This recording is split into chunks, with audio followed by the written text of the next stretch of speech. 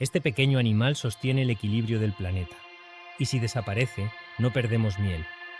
Perdemos comida. Piensa en esto. Manzanas, fresas, almendras, calabacines, café, no dependen del tractor, dependen de un insecto. Y lo peor es que mucha gente cree que las abejas son solo un detalle. No lo son, son una infraestructura viva. En algunos lugares del mundo ya pasó algo que parece ciencia ficción. Agricultores caminando fila por fila, polinizando a mano con pinceles, no porque quieran, porque no tienen suficientes polinizadores. Y cuando eso ocurre, el problema no es el precio de la miel, es el precio de la vida cotidiana. Hoy vas a descubrir por qué las abejas sostienen ecosistemas enteros, qué pasaría realmente si desaparecieran, por qué no basta con plantar flores y el detalle incómodo que casi nadie menciona y que lo cambia todo. Las plantas con flores tienen un problema. No pueden caminar para reproducirse. Así que contrataron mensajeros. El polen es como una llave, y cada flor necesita que esa llave viaje al lugar correcto.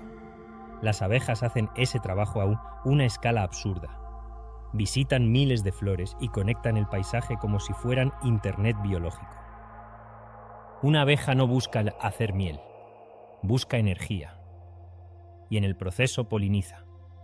Sin polinización muchas plantas dan menos frutos. O ninguno. Cuando pensamos en abejas, pensamos en nuestra comida. Pero el impacto real es más grande. Menos plantas, menos semillas, menos alimento para aves y mamíferos. Menos vida en cadena. Las abejas no sostienen solo agricultura, sostienen biodiversidad. Es como quitar tornillos a un puente. No se cae con el primero, se cae cuando ya es tarde. Hay un mito famoso. Si las abejas desaparecen, a la humanidad le quedan 4 años. Suena dramático. Y la realidad es más compleja. No es que todo desaparezca de golpe, es peor. Habría una degradación lenta, caótica y desigual. Algunos cultivos caerían mucho, otros menos. Pero el golpe económico y ecológico sería brutal. Y aquí viene algo clave.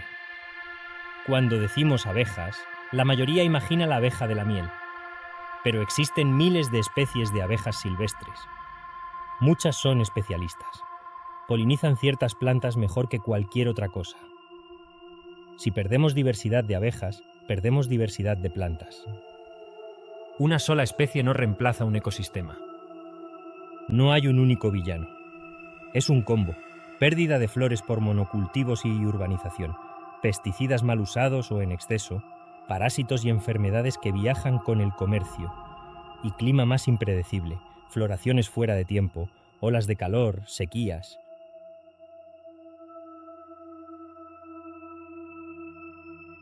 ¿Qué funciona de verdad? No es solo poner un hotel de insectos. Eso puede ayudar, pero no salva el sistema. Lo que cambia el juego es más corredores de flores nativas, agricultura con refugios de biodiversidad, menos químicos innecesarios y mejor manejo, y proteger polinizadores locales, no solo colmenas comerciales. Si te interesa la naturaleza explicada por la ciencia, suscríbete, porque esto afecta a tu vida más de lo que crees. Pero hay un detalle incómodo que casi nadie menciona. No basta con salvar a las abejas. A veces, introducir más colmenas de abeja de la miel en un lugar puede competir con abejas silvestres por néctar y polen. O sea, podemos estar ayudando a una especie y dañando a otras sin querer. La solución real no es más colmenas, es más naturaleza viva alrededor de nosotros. Las abejas no son un símbolo bonito, son un sistema operativo del planeta. Cuando una abeja visita una flor, está haciendo economía, ecología y futuro al mismo tiempo. Y si un insecto puede sostener tanto, imagina lo frágil que es todo lo demás. Ahora dime algo en comentarios. Si tuvieras que elegir una acción para ayudar a los polinizadores en tu zona, ¿cuál sería? Plantar flores nativas, cambiar químicos, proteger espacios verdes y si quieres, en el próximo vídeo analizo tu país o región y qué especies son clave allí. Si te ha fascinado esta historia, dale like al vídeo. Suscríbete a Un Mundo Fascinante para más descubrimientos increíbles.